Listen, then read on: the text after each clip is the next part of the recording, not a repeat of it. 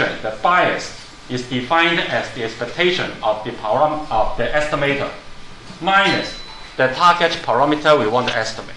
Okay. So just try to understand this basic concept and make use of them to solve this problem.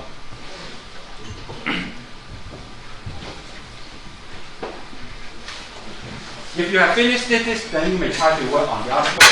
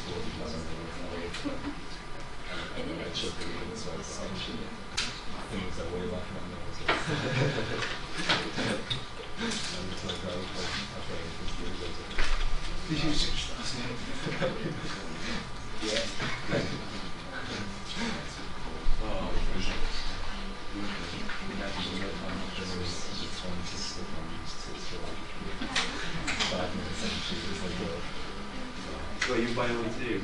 Yeah. It was not his fault, so it's like, it wasn't that big.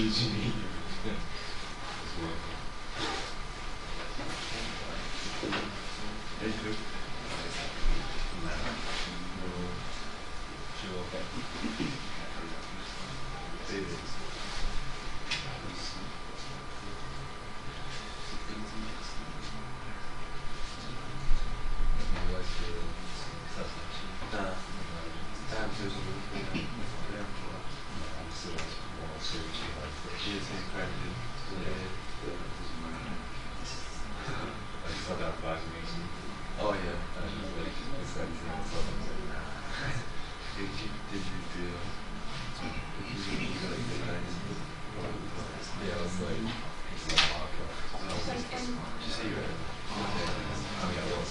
Yeah. I thought we had some races in August. Oh, really? Yeah.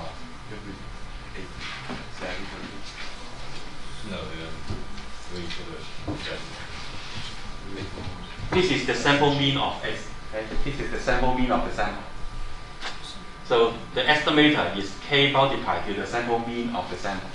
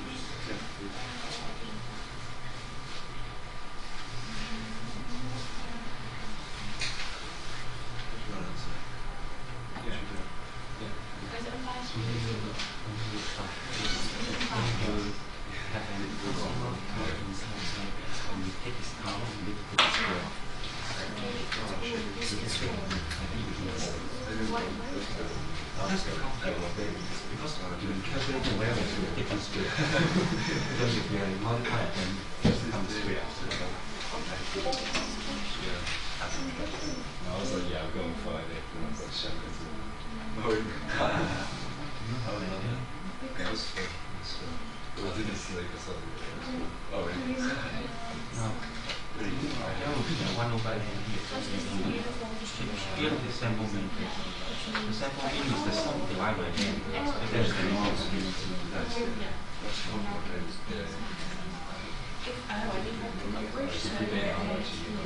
No, this n is the simple.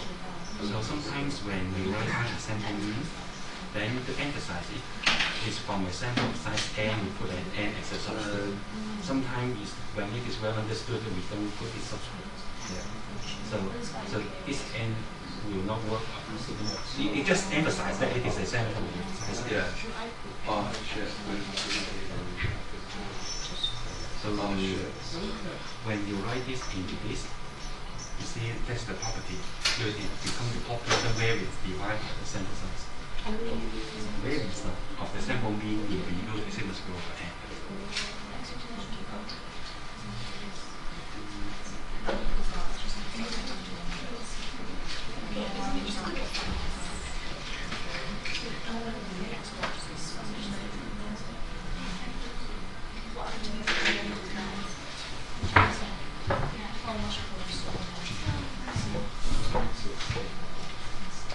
So maybe I point out some key ideas about this kind of question. Now, first of all, about this notation.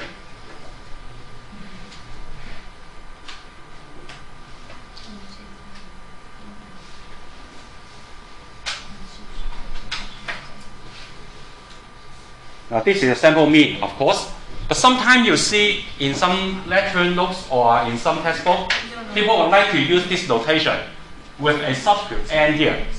Sometimes this subscript n is not there. Sometimes we may just simply write this as x bar. Now they are just notations. Okay? This n is to emphasize that it is a sample mean from a sample of size n. But sometimes if it is well understood, we will just omit this subscript n and just denote the sample mean as this. So this is just a variation of the notation. Now to answer this question, we need to do it step by step, starting from the definition of bias. Because it asks us to find the constant k, such that this estimator is unbiased. Unbiased means the bias equal to 0. So if you want to find this, you need to first find out the bias. So according to the definition, the bias of theta hat is equal to E theta hat minus theta equal to expectation of k multiplied to the sample mean minus theta. Now, to evaluate this, we need to make use of the property of the expectation.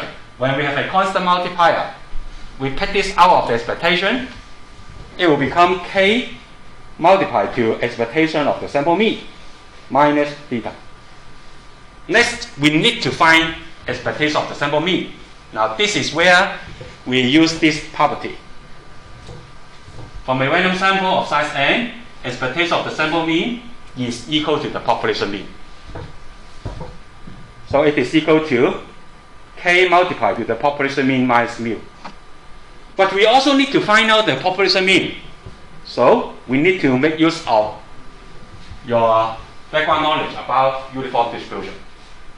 According to this distribution, according to this question, the distribution is uniform from 0 to theta, which is A being 0, B equal to theta. So we use this formula. Mu will be equal to 0 add to theta divided by 2, which is equal to half of theta.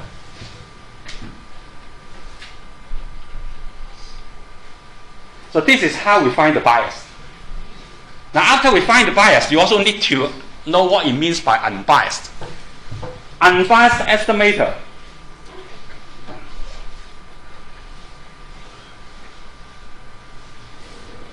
is the estimator such that the bias is 0, 0.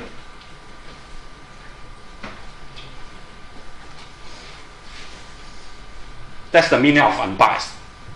So we set bias equal to 0.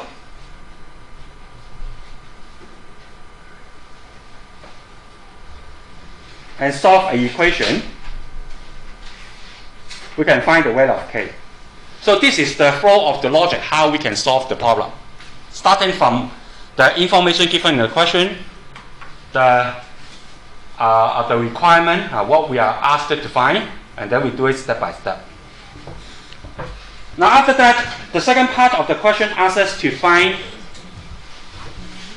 the variance of the estimator for this value of k.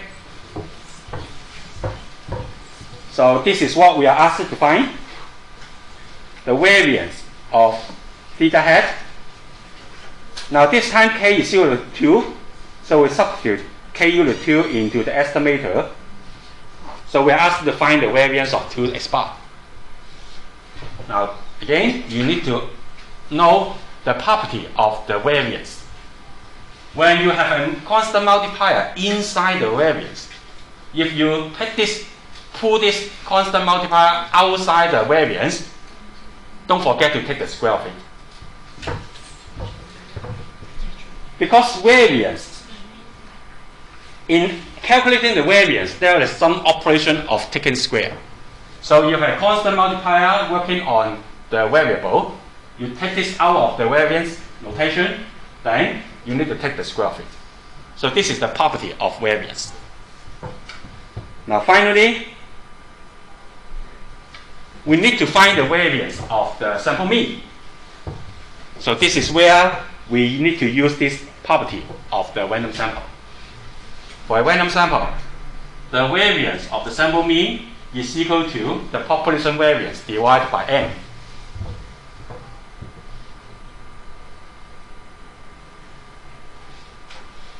But this is not the end, because we also need to find out the population variance. And therefore, we refer to this formula for the uniform distribution. It is equal to b minus a squared over 12, where a is 0, b is theta in this question. So the population variance is theta squared over 12.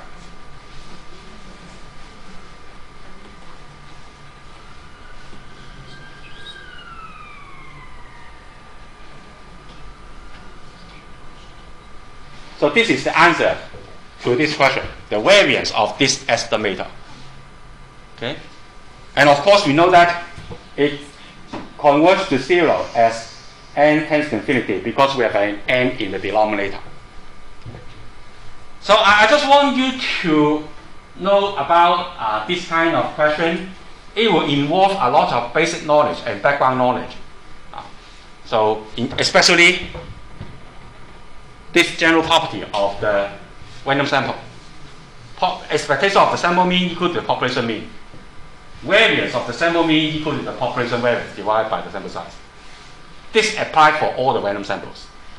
For some particular distribution, you need to refer to the formula for that distribution to find the population mean and population variance. Is there any question? Now, there are also some other important statistical concepts that you may need to use in this course or even in next level course if you further your study in statistics. And this is one of them. So the question number 7 will rely on this general property. Maybe I say a few words about this first. Not 7. Maybe question number 4. Okay. Now in this question, it is about independent random sample of different size drawn from normal distribution. So we call this the normal samples. We draw random samples from the normal distribution. Now this is the property of the sampling distribution of the sample mean and sample variance of a sample from a normal distribution. In fact, this lays the foundation of modern statistical analysis. A lot of the statistical analysis rely on this property.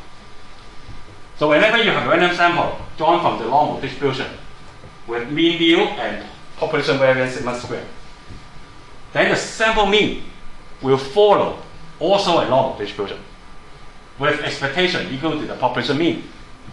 But the variance will become the population variance divided by the sample size.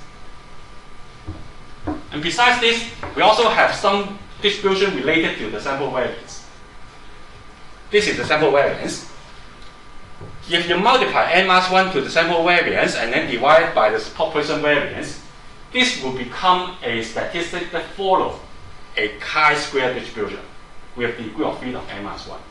And of course, the proof is beyond the scope of this course. But this will be important result that you may need in doing a lot of probability calculation and statistical analysis. And actually, in the next week, in the lab, next week, you also need to do simulation related to this part. But in this question, this is what we need. Okay?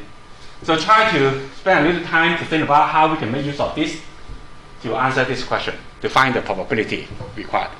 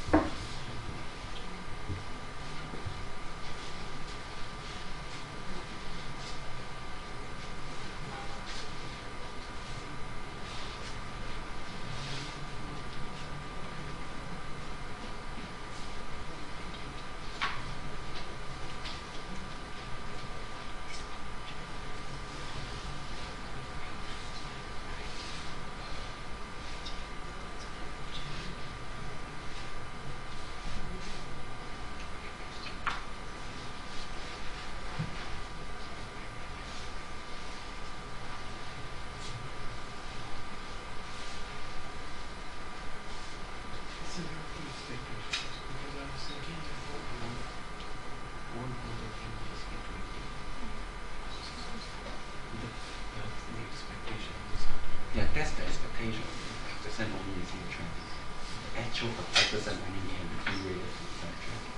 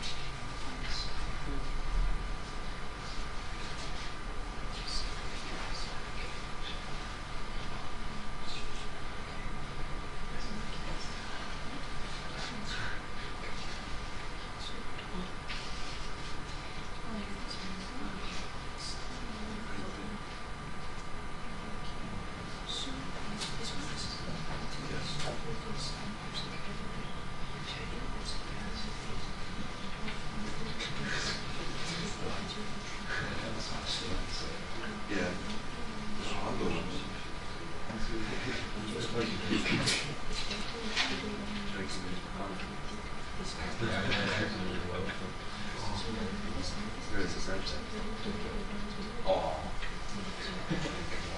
That kind of was.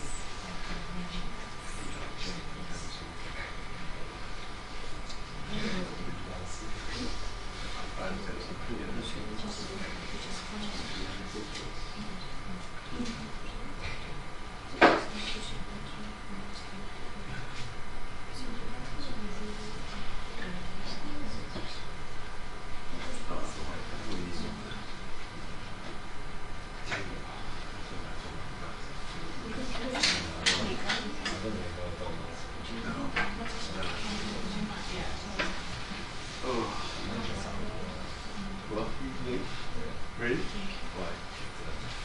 Change code.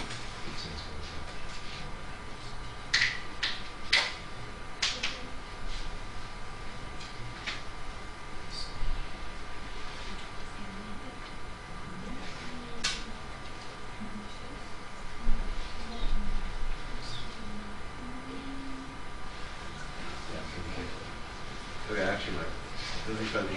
Like, I think a lot of times, I'm trying to make I eat nothing.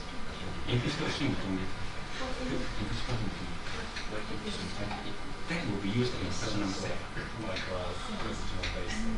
Really? Oh, yes. Oh, yes, you went over. He didn't say anything to me just last. Really?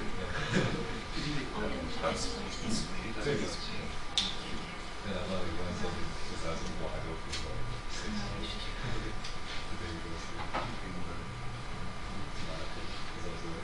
Oh,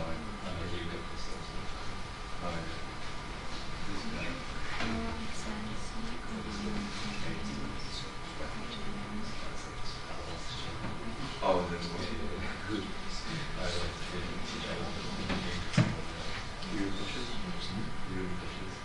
Wasn't a people, I was just like, that was so funny. This was about so, Dude.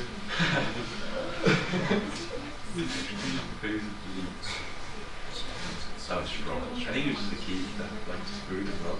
yeah, I think the thing was strong enough. I like, assumed it enough. Days, right? That's what's true.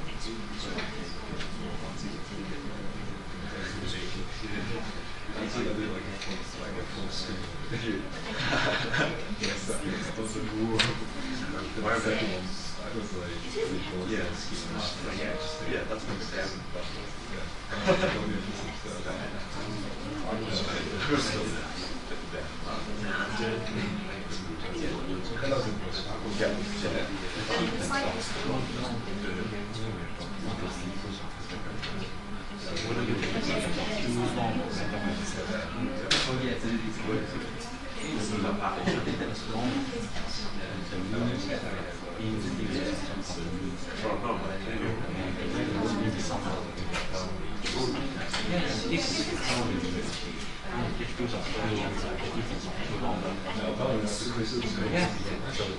This one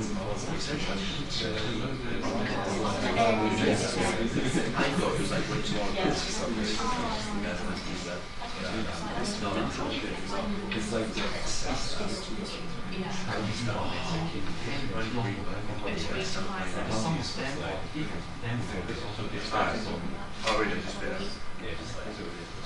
This minus this is Yeah, we just like saying like, we just Yeah, we just did all that. yeah.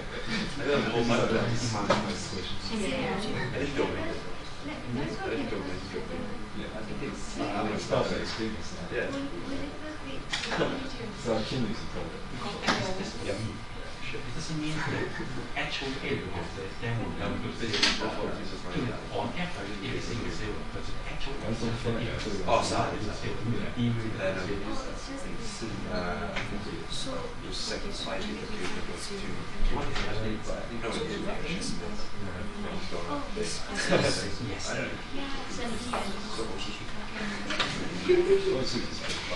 don't know. It's nothing to pay for. Nah. That's like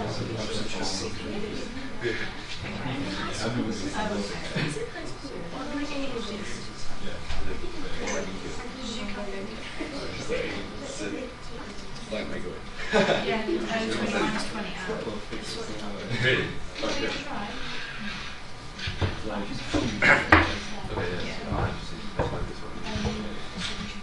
So again, I would like to explain to you some key and important concepts that you will need to tackle this problem. Now, first of all, it is about two random samples. One sample with size 10 from this distribution, with another sample with size 15. So I use another symbol. We used Y. Also from this distribution. So from the property of the random sample, we know that the sample mean of this random sample, will be following a normal distribution. So this will follow a normal distribution with mean equal to 20 and the variance 3 divided by sample size, which is 10. And this follows the normal distribution with mean 20 and the variance equal to the population variance divided by 15. Now the problem is that the most difficult part is how we can make use of these results to find the probability that the difference of them is greater than 0.3. Now it relies on the distribution of the difference. So when we have two normal random variables, what would be the distribution of their difference? Now this relies on another basic knowledge that you need to know.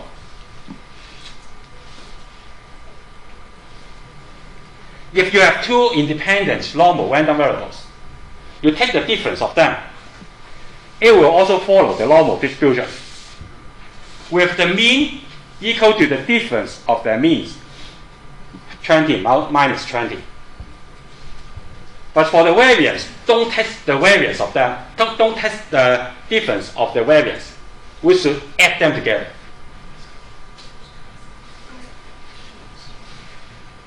Okay, so this is a general property for two normal random variables. Whenever you have two normal random variables, if you want to take the difference of them, want to see how this difference behave, it will follow the normal, with the mean equal to the difference of them, but the variance being the sum of them. Of course, if you add them together, this will become sum, and this is also the sum of the variance. Okay, so this is how we handle the sum or the difference between two random variables followed from the normal distribution. And this is actually the normal distribution with mean 0 and the variance equal to half.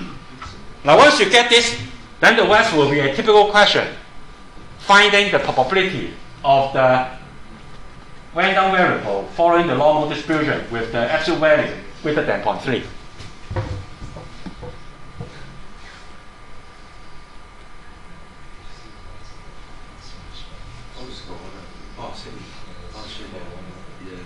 So it is equal to 1 minus the probability that the absolute value of this is no greater than 0.3.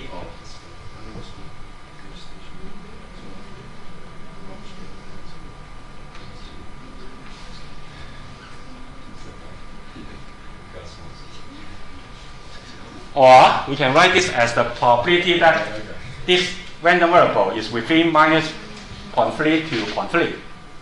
Then the rest will be a typical application of the CDF of the standard normal.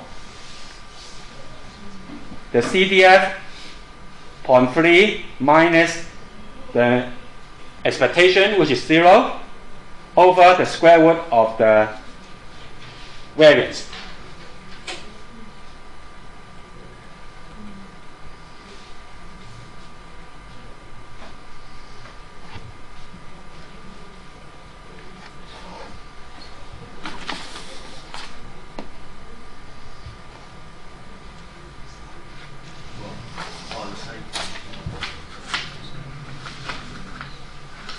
And using your calculator, you can find this as 0.424.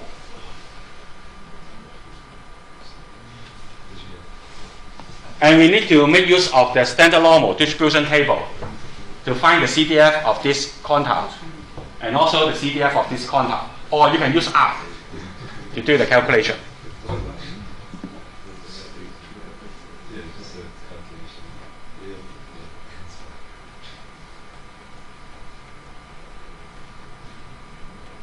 So this is how we can get the answer to this question.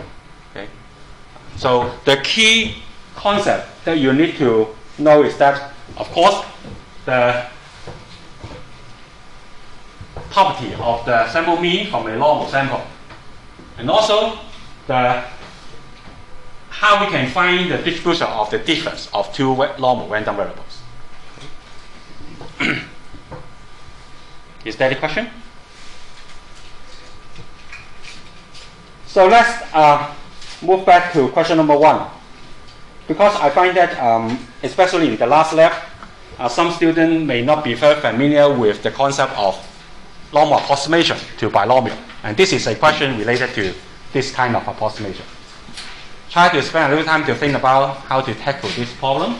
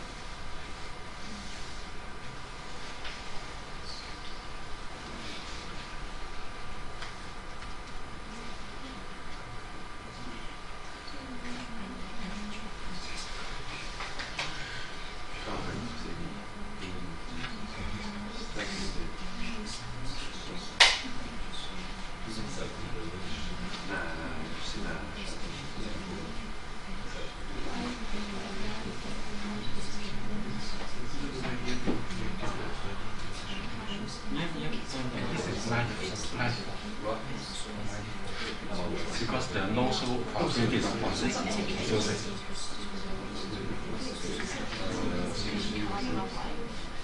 If you want to write down the probability function, there should be also a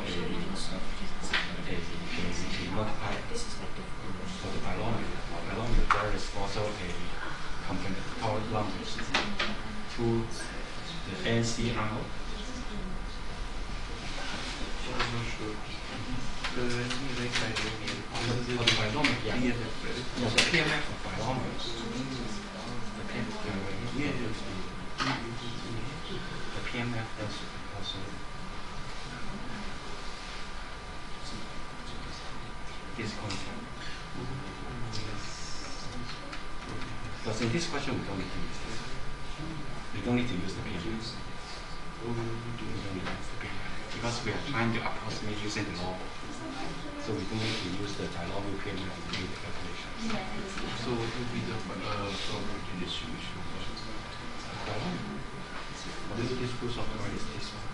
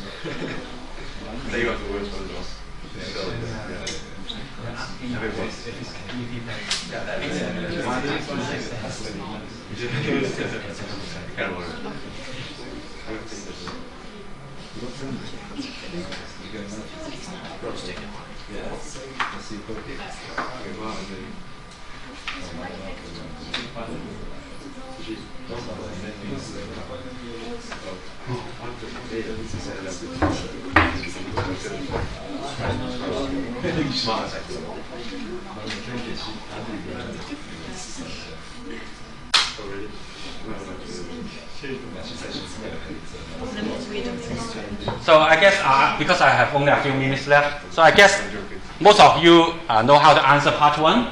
Obviously, why follow a binomial distribution? Because every passenger, every ticket holder will have only two outcomes, show up or no show. And there are 267 ticket holders, so we can consider this 267 n Bernoulli charts. So n is equal to 267. Probability of showing up is equal to 0.94. So the number of passengers show up during the flight will follow a binomial distribution with n equal to 267 and the P equal to 0.94. But the question also asks us about the assumption. So we all know that for this as a qualified binomial random variables, we need the probability being the same for every ticket holder. Okay? For every Bernoulli child, the P must be the same, which is 0.94. Another assumption is that all these Bernoulli childs must be independent. So every ticket holder showing up or not showing up does not depend on the status of the other ticket holders.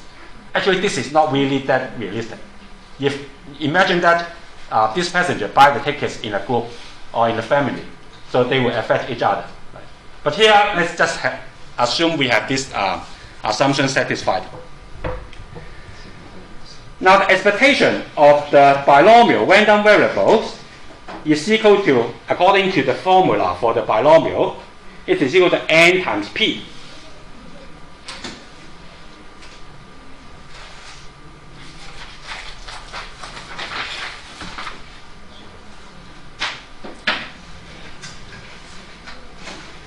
And the variance is equal to n times p times 1 minus p.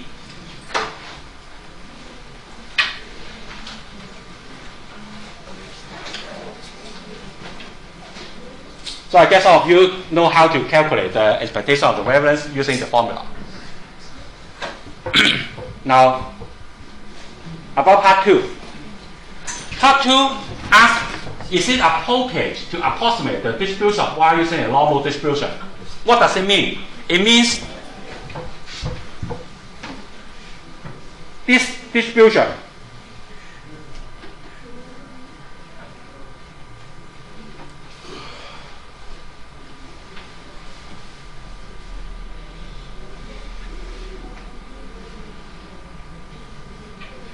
can be approximated by this distribution.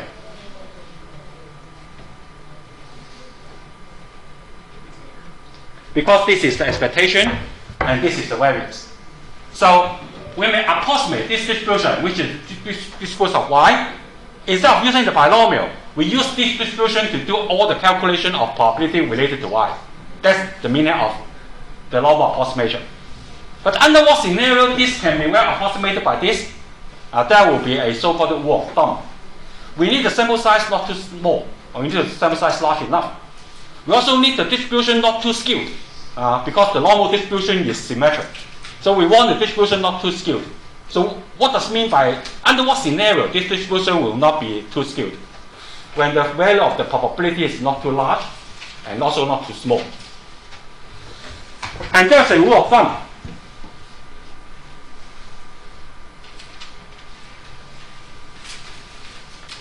Which is the quantity you see in question number 2.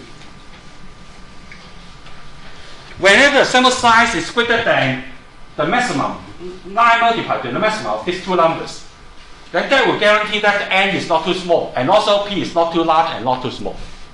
So the normal approximation to binomial can be justified. It can be accurate whenever this is satisfied. So in answering part 2, what we need to do is just to put p equal to 0.94, n equal to 267 to see whether this inequality is satisfied. If the 267 is greater than 9 multiplied to the maximum of these two numbers, with p equal to 0.94, then the normal can be used to approximate the distribution of y. Okay? So I'm not going to go through the detailed calculation because you will find it in the solution. I just want to explain what it means by this kind of whether it is appropriate or the so-called rule of thumb. Now, in part 3, you are asked to find the probability that the flight will take off with passengers between 248 to 255. So this is the probability we are asked to compute. But there is a trap there, because the question states that the total number of seats in the flight is 255. So that means even you have more passengers show up, okay, you cannot have more than 255 passengers. on the plane. And therefore, this probability is actually not we are asked to compute in this question. What we are actually asked to compute is just this probability. Okay? Now, to calculate this probability, there's two ways. One way is to use the binomial probability mass function. Substitute 248, 249, and all the way up to 267 into the probability mass function. Add them together, you get this probability. That is too clumsy. Or we use the normal approximation. Just treat this y, follow this distribution. And then use the normal CDF.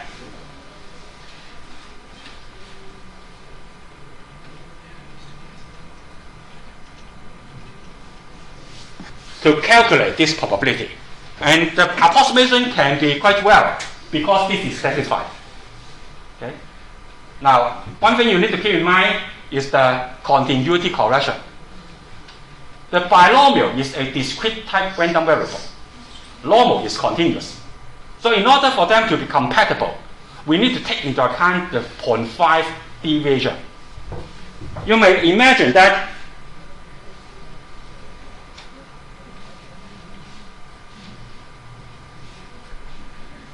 the possible value of the binomial state at this point, and then the next one is this point.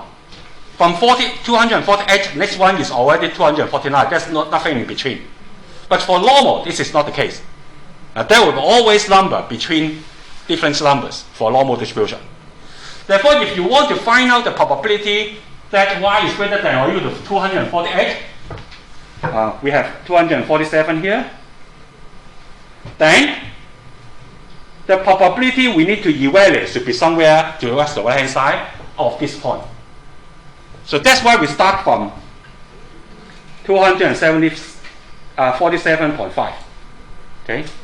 To take into account the discontinuity between 247 and 248. So that's the idea of so-called continuity correction. Doing this continuity correction, that will also guarantee this approximation using the normal distribution will be accurate. Understand? So this is what we call the continuity correction. Sometimes we will need to add 0.5 or subtract 0.5 from the boundary if you use the normal distribution to approximate binomial. Okay?